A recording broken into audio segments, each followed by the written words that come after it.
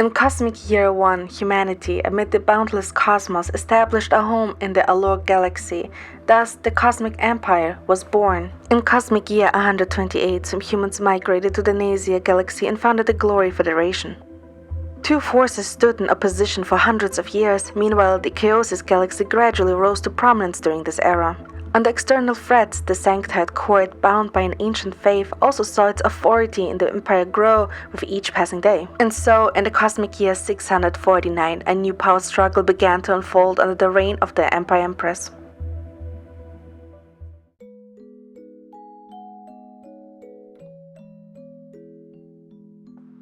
In the morning, the rising melody resounds outside my window and wakes me up from my dreams.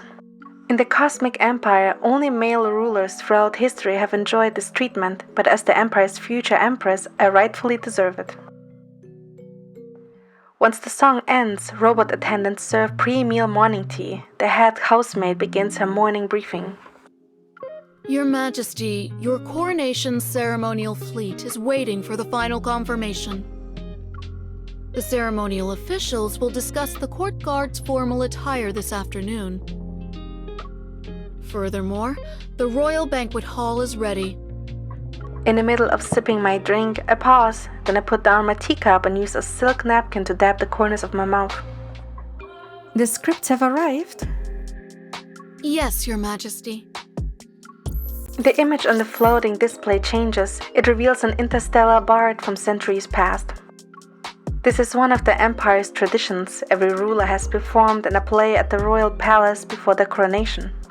This symbolizes the Empire's glory and the ruler's artistic transformation from a mortal to a national symbol. In other words, their will shall become one with the Empire's destiny. As you requested, the plays for this performance were all selected from scripts adapted by famous interstellar bards and brought into the Empire. The theatrical celebration will last 2 weeks, and the individual who shall play the leading actor... The holographic image switches to the banquet hall. Surrounded by nobles, two people dance together. Since he will also share the first dance with you at the coronation ceremony, the criteria are strict. A robot brings a silver tray with 5 distinctly styled invitations. As per your instructions, the officiant has selected these distinguished guests. They meet the requirements. All of them hope to have the honor of sharing the first dance with you. 5 candidates. None of them is to be underestimated if they can stand out in the entire galaxy. After all, this dance represents not only the Empress's favor, but also a binding of power. Whoever stands by my side will see their faction unite with the Empire in ascent. They shall stand above countless galactic forces. Looking at the exquisite invitations before me, I reach out. My fingers glide across the cool surfaces adorned with letters. Then my hand stops on. With the coronation ceremony fast approaching, I sit on the throne in the audience hall. I listen to the minister's report on various imperial matters. Your Majesty, the coronation ceremony procedures have been finalized. You only need to do the final review. I glance at the projection, then my gaze settles on the area directly in front of the throne.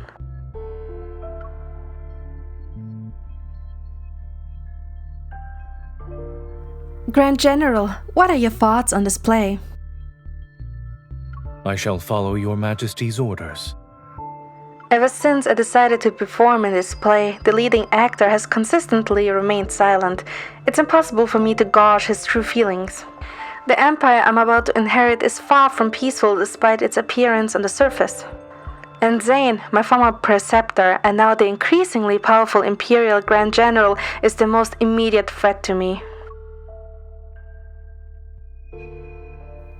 Since there are no objections, all of you are dismissed. Grand General, stay here. All the ministers except Zayne take their leave. However, one young minister is rather dense. Your Majesty, choosing that play for your coronation might be seen as an ill omen. Is that so? I respond with a slight smile and tap the throne's armrest. Tell me why it's so inauspicious. What dire fate does it supposedly foretell? The leading actor in the play already holds great power but resents the throne's authority. So he's manipulated into choosing the treasonous path of regicide. The Crown of Doom was adapted by a mysterious traveling bard. It's a tale of power and royalty. Returning to the palace, a triumphant knight encounters a witch who prophesies that he will become the future monarch. The flames of ambition are ignited in his heart. He is driven to murder the current king and claim the bloodstained crown. However, power seized by force is destined to be reclaimed. Before he can savor the fruits of victory, the knight is struck down on the very throne he has coveted by another noble in the Sword of Judgment. Oh, so you're questioning the Grand General's loyalty to me. Do you think a play can influence our relationship? I speak to the minister, but my gaze is fixed on Zayne. Ever since I began ruling in my own right, the relationship between Zayne and me has grown increasingly tense over the years. It won't be long until my coronation arrives. I need to witness Zayne's true intentions, which is precisely why I selected this play. Yet he didn't betray any emotion as I had hoped. He acts as if my subtle and at times overt tests weren't directed at him.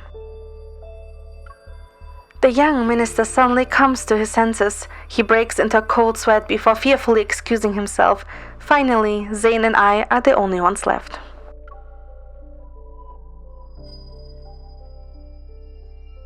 Your Majesty, do you still have orders that I need to carry out? My coronation will soon be upon us. However, there's still details in the play that must be discussed. Why don't you accompany me for a walk, Grand General?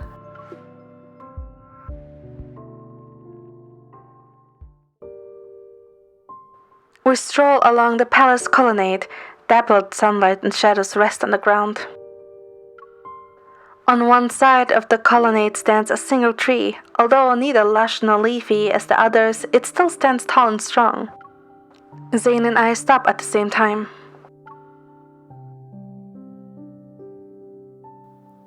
Do you remember when we planted this tree? I can't believe time passed by so quickly. Now the tree has grown, and Your Majesty is about to officially take the throne. But this tree isn't tall enough yet. It can be also stronger.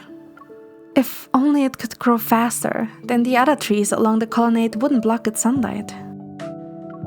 Zayne silently keeps his gaze on what lies ahead. Plants grow in accordance with nature's timing. Rushing to see results will only hinder its growth. Perhaps what it truly needs is someone to take care of it. He moves to my side and leans down to take the fallen leaf from my hand. As you can see, these fallen leaves need to be swept away. Despite how busy you are with your duties, you still concern yourself with small details. It seems I still have much to learn from you. I respond with veiled sarcasm. Zayne isn't talking about the tree. He's actually referring to me. As he said, his branches and leaves once sheltered me from wind and rain, but now his root system is silently spreading. It's impossible for me to ignore. He blocks the sunlight I should be receiving, and so I'm forced to lie dormant under his supposed protection. So long as he's present, I will forever be an immature empress who needs her master's guidance and the Grand General's assistance. You should have already read the script. I will play the witch and the noble who passes judgment. Those scenes will put me in opposition to your knight character. Playing two roles simultaneously is unprecedented, but I have my reasons. As the witch, I will cautiously foretell his rebellion and ambition, and when I am the noble who will judge him, the message that he should return his power to me shall be a form of intimidation. Your Majesty has matured over the years. It's normal for you to make your own decisions. Under the scorching sunlight, Zayne reaches out to shield me from it. His support is like a soft, warm bundle of cotton. It envelopes my first attempt to show my blade. For a moment, he's still my preceptor standing above me, his gaze accompanied by that indulgent tone.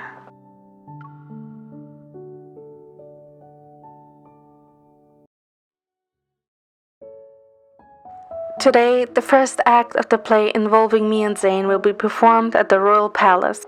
Before that, however, the dance rehearsal is held as scheduled. When I arrive at the dance studio, Zayne is already waiting for me.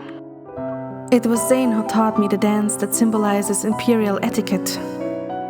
I never expected my first dance after my coronation to be with him, of all people. I sigh eternally, my emotions a tangled mess. Still, I put on my most courteous smile as I approach him. Grand General, you're as punctual as ever. As a loyal subject, I mustn't keep the Empress waiting. He bows to me and extends his hand as an invitation to dance. Correct, I'm no longer someone who needs you to guide my every step. Despite my words, I still step forward. Your Majesty appears to be intent on establishing distinct boundaries. He sighs, yet with unwavering steadiness, he takes my hand. In the beginning, you learned this dance quickly. Regardless of the moves I taught, you always had a flawless execution. You once said I was the best learner you could ever ask for. Our gazes meet in the dance studio mirror. It reveals what can no longer be hidden, our past intimacy and the delicate tension that exists between us now. The music plays and the dance begins. You've improved. With our fingers interlocked, we leap in the perfect sync and switch positions. How else can I impress my preceptor if I don't practice on my own?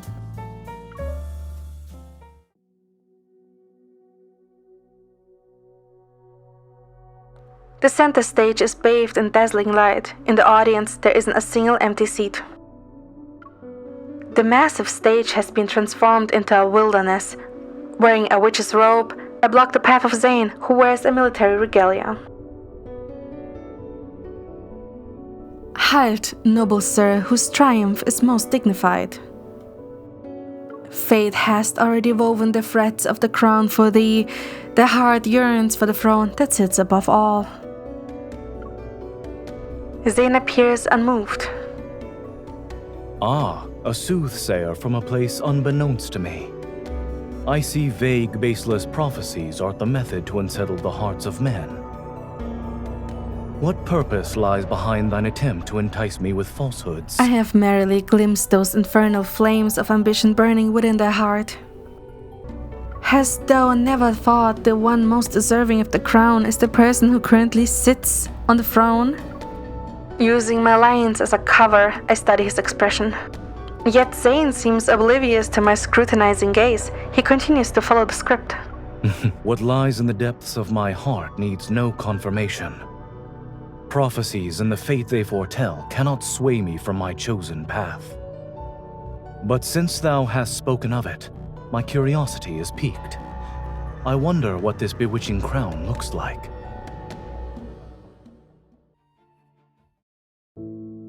After the first act of the play, I return to my busy life that's filled with imperial responsibility. Once the current matters at hand are done, I realize I haven't seen Zayne for several days. The last performance failed to reveal anything about his true intentions. In addition, my subordinate's report states that he hasn't made any suspicious moves as of late. After much deliberation, I decided to test him personally. The guard at the Grand General's residence stands at attention and bows. Your Majesty, I'll announce your arrival at once. That won't be necessary. I will find him myself.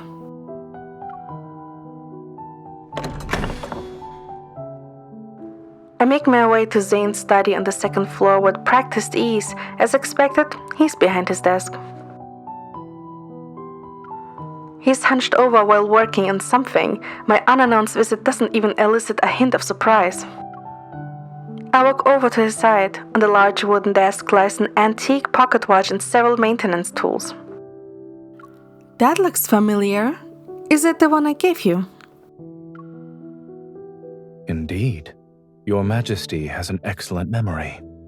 He doesn't look up, yet his movements as he polishes the pocket watch are remarkably gentle. This device from a previous era was a birthday gift I gave him during his time as my master.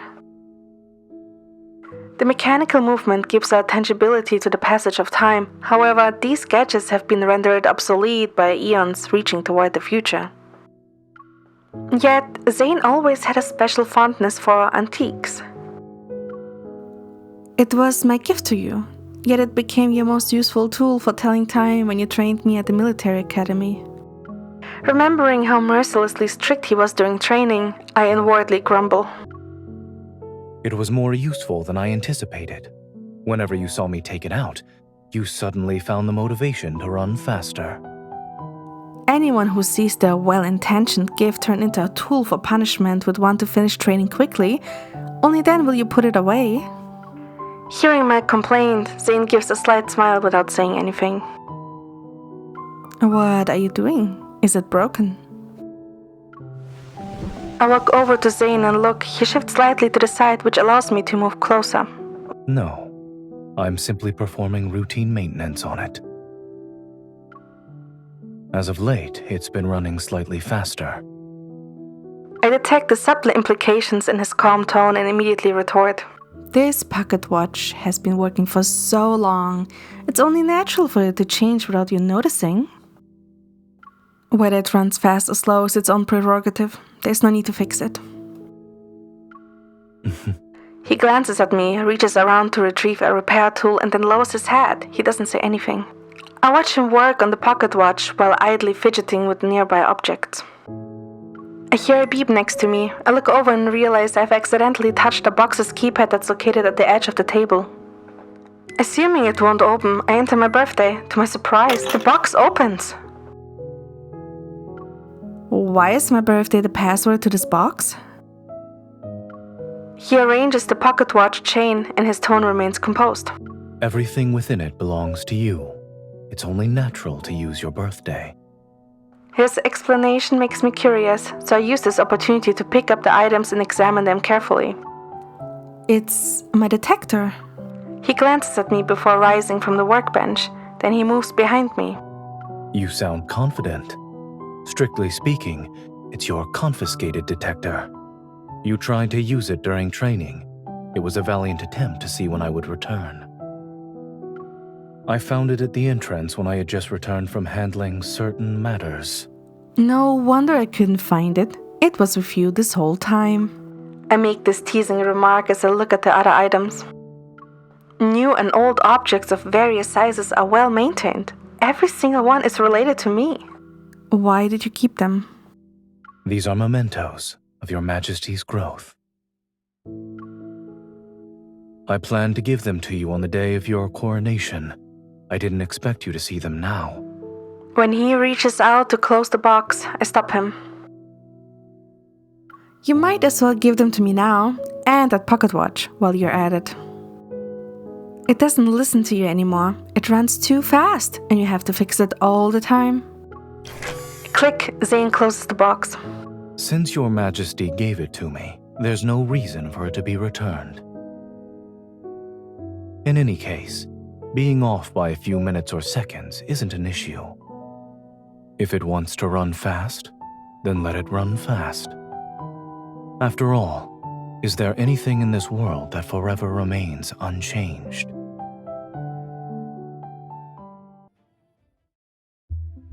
The preparations for my coronation ceremony are going smoothly. Our play has reached its halfway point. During the break, I'm planning to use a tactical simulation to map out military deployments after my coronation. I need to prepare for the galaxies that are growing restless. So, I invited Zayne to be my opponent.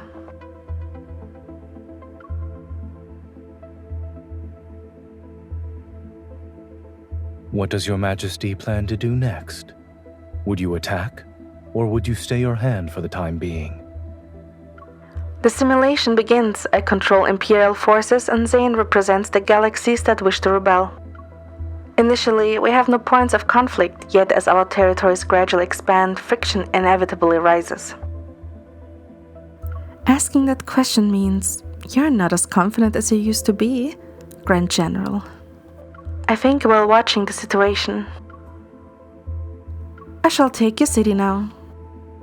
I use Zayne's opening to deploy troops and capture his poorly defended city. But it's a trap. By the time I realize what's happening, my forces are already surrounded. Your Majesty's judgment is swift.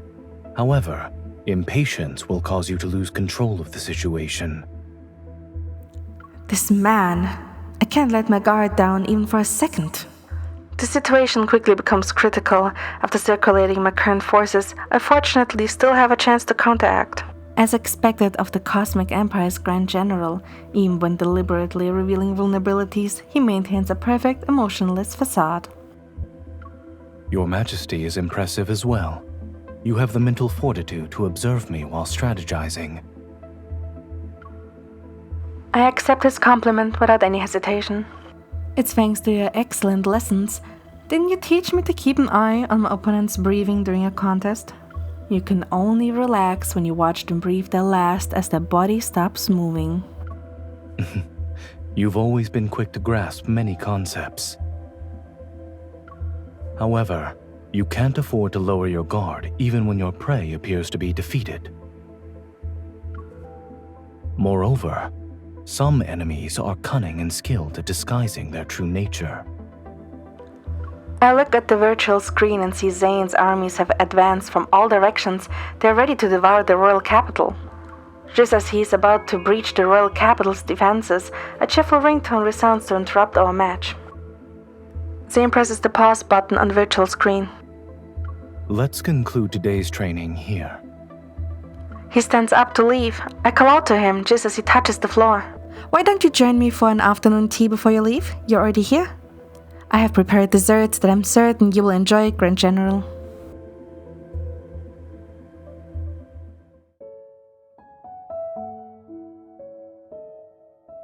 The sunlight is gentle and warm. Tea and desserts are already on the table.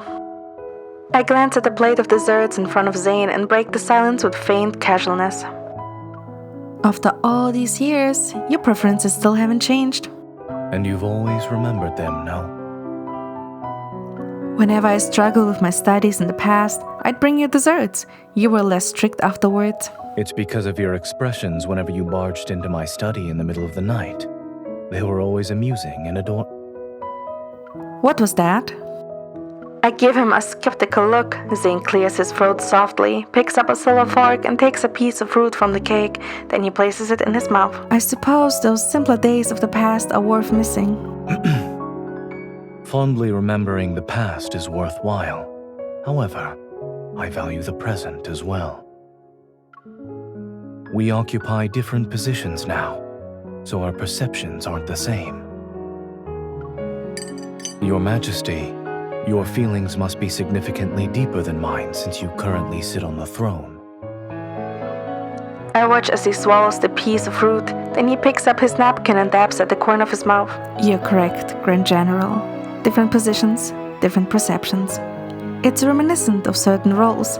Experiencing something yourself and watching someone else are dissimilar on a fundamental level. That's why I prefer the future. As long as there is a road ahead of me, it means I can still be a harbinger of change. Zayne remains non-committal. In that case, I'd like to see the future you envision.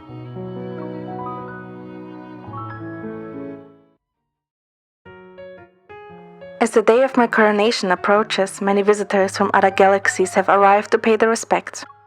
According to my arrangements, a grand interstellar exhibition is being held today. I also accepted Zayne's invitation to accompany him to this event.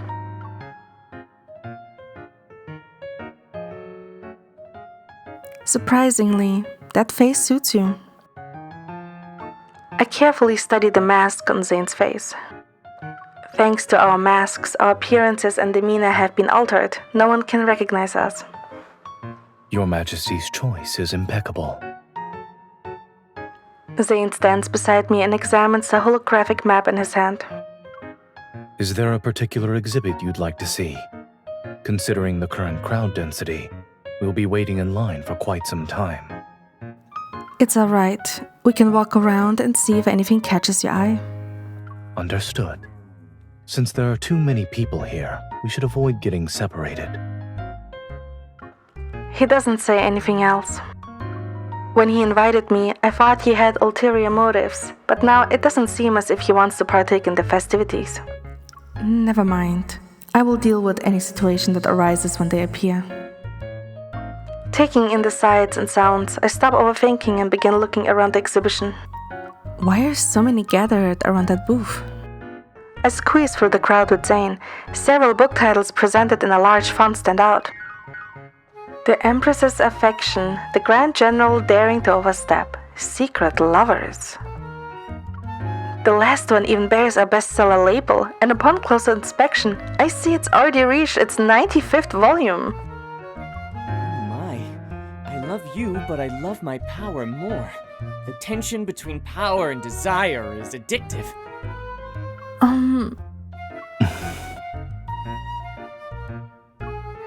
The enthusiastic stall owner is about to approach us with a sales pitch, so we quickly make our escape.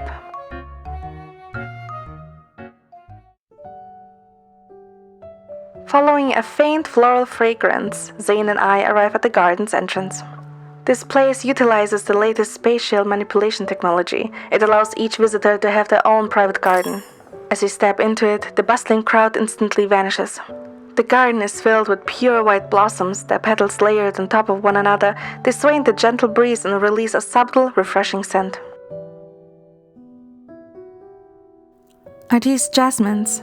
They look different from the ones I have seen in holograms. Correct. They can no longer grow naturally in the current environment, and this is a modified species. There are some notable differences. Zayne's hand brushes over the petals. Under the sunlight, the jasmines bloom in layers and tenderly rest on his fingertips. During the last meeting with the overlords, I noticed Your Majesty was fond of the jasmines they presented. It's then that I understand his purpose in bringing me here. When the conditions are right, flowers can bloom anywhere. In addition, they require a gardener's attentive care to ensure they bloom for a long time. Otherwise, they'll wilt prematurely. It seems the Grand General is an expert gardener. In the center of the garden, a table presents freshly picked flowers for visitors to craft keepsakes. Playful, I pull Zayne to sit down with me. We each take some flowers. I assume Zayne won't be interested in this kind of activity, but to my surprise, his craftsmanship is accompanied by remarkable dedication. Unable to contain my curiosity, I lean in for a closer look. Are you making a flower wreath? Tender stems and leaves bend into perfect arcs as his fingers gently shape them. The scent of flowers fills the air as he entwines pure white jasmines with green stems into a circular item. It can be a wreath or a crown. Before I can react, the item falls into my hands. You made this for me. I suppose I did. Consider it practice. It won't be long until your coronation. It shall be the grandest celebration in the entire cosmos. You'll wear a crown symbolizing supreme authority. Its weight will be incomparable to this. I gently touch the soft petals. The sensation is fragile yet beautiful. For a moment, I'm lost in thought. A flower crown is beautiful and fragrant, yet it wilts easily. The crown of an empress, however, it will never disappear. So, will you discard the flower crown, Your Majesty? I wink at Zayne. Why can't I have both? Flowers and power suit me perfectly.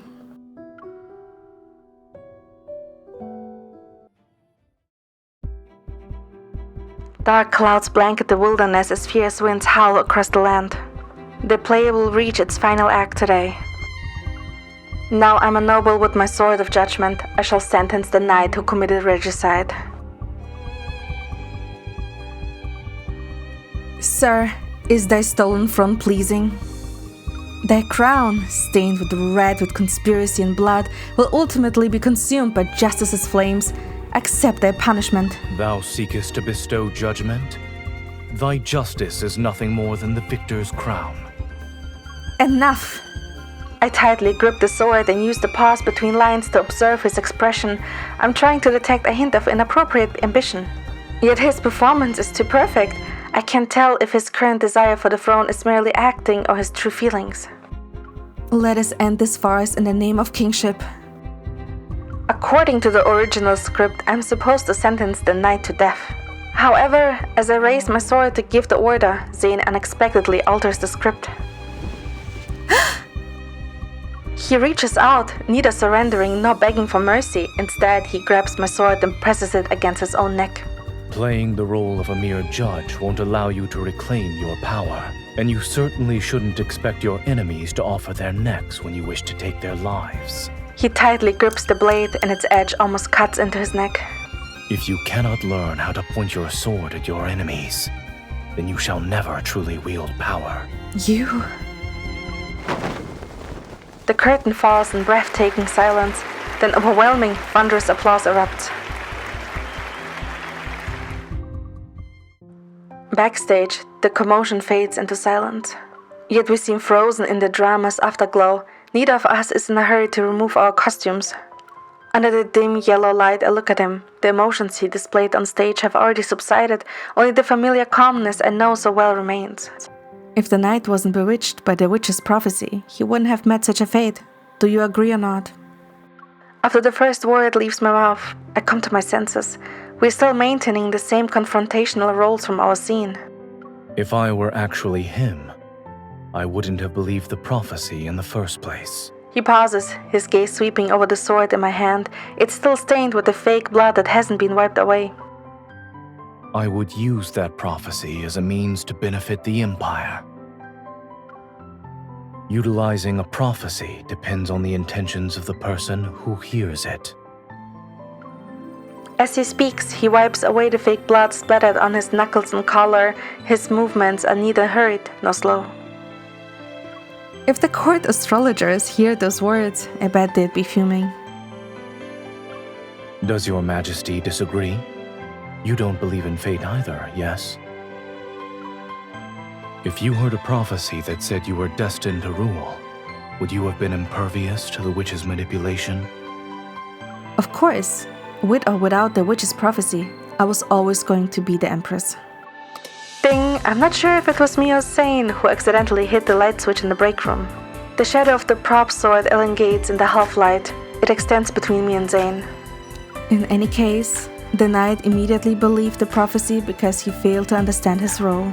I take a step to move closer to him in the sword's shadow. Perhaps it's because he didn't have a good preceptor like you by his side. I'm very fortunate.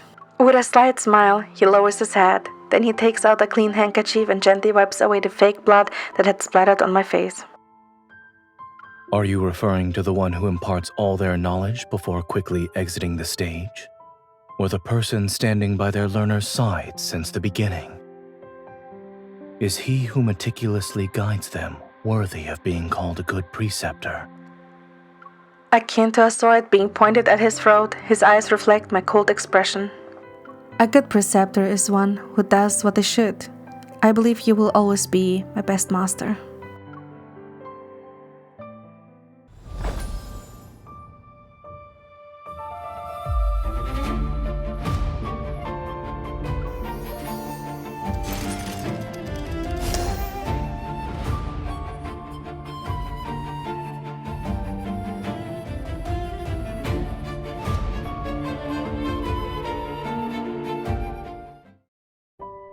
The day of my coronation arrives as scheduled. Throughout the Empire, celebrations are held.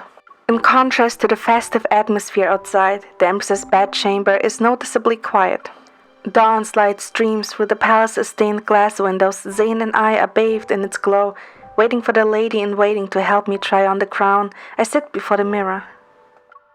The jewels on the crown refract brilliant light as the lady-in-waiting gently places it on my head. In the mirror, I lock eyes with him. The crown suits you perfectly. You look sincere. For a long time, I imagined how you would look when you are crowned as the Empress. Is it different from the image in your head? He studies me in silence, his gaze moving from my hair to my ears and lips before returning to the crown. Perhaps.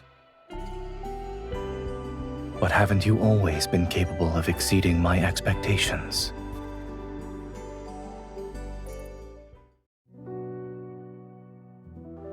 Starships orbit around us as solemn ceremonial music plays. The eyes of the entire cosmos are focused on me and the magnificent crown in my hand. Despite the ongoing momentous occasion, my thoughts inappropriately drift to that small garden where it was just the two of us. I still recall the flower crown with jasmines that Zayne made for me. The crown before me lacks their fragrance. Looking at it, I can tell it's exceptionally heavy. It's exactly as Zayne said. But does that matter? With a slight smile, I lift my head and put on the crown. I look at the crowd below.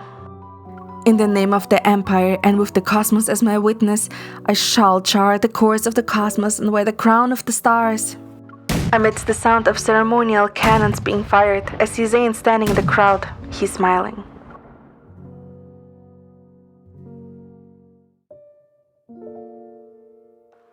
The ball has ended. In the soft moonlight, Zayne and I walk on the palace colonnade. Everyone said we had a great rapport at the ball. The evening breeze stirs the fallen leaves on the ground. Zayne's voice grows softer. But in the future, they will see us become more different. Someone I once guided has learned how to grow on her own. I don't know if... He pauses and brushes away a fallen leaf from my shoulder. If she can break free from the framework that has already been set for her. It's silent. All we hear is our breathing and the leaves' gentle rustling. Before we realize it, we find ourselves beneath that tree outside the colonnade once more. This tree grows more lush with each passing day. Maybe in a few years, or even a decade, it will become an unshakable giant that reaches toward the heavens. Then we should tend to it with greater care. His expression remains unchanged, as if he made a casual remark. I will water it myself. He looks at me, and his features have inexplicably softened in the reflected moonlight, yet the words he speaks remain harsh. Is that so? I suppose you'll leave the pruning of excess branches and leaves to me. I meet his gaze, and we maintain eye contact for a while. Then I softly laugh. This is the Zayne I know. He's a formidable political rival, a guiding preceptor, and the source of these feelings I will forever keep to myself. Between him and me, we still have a long journey ahead of us.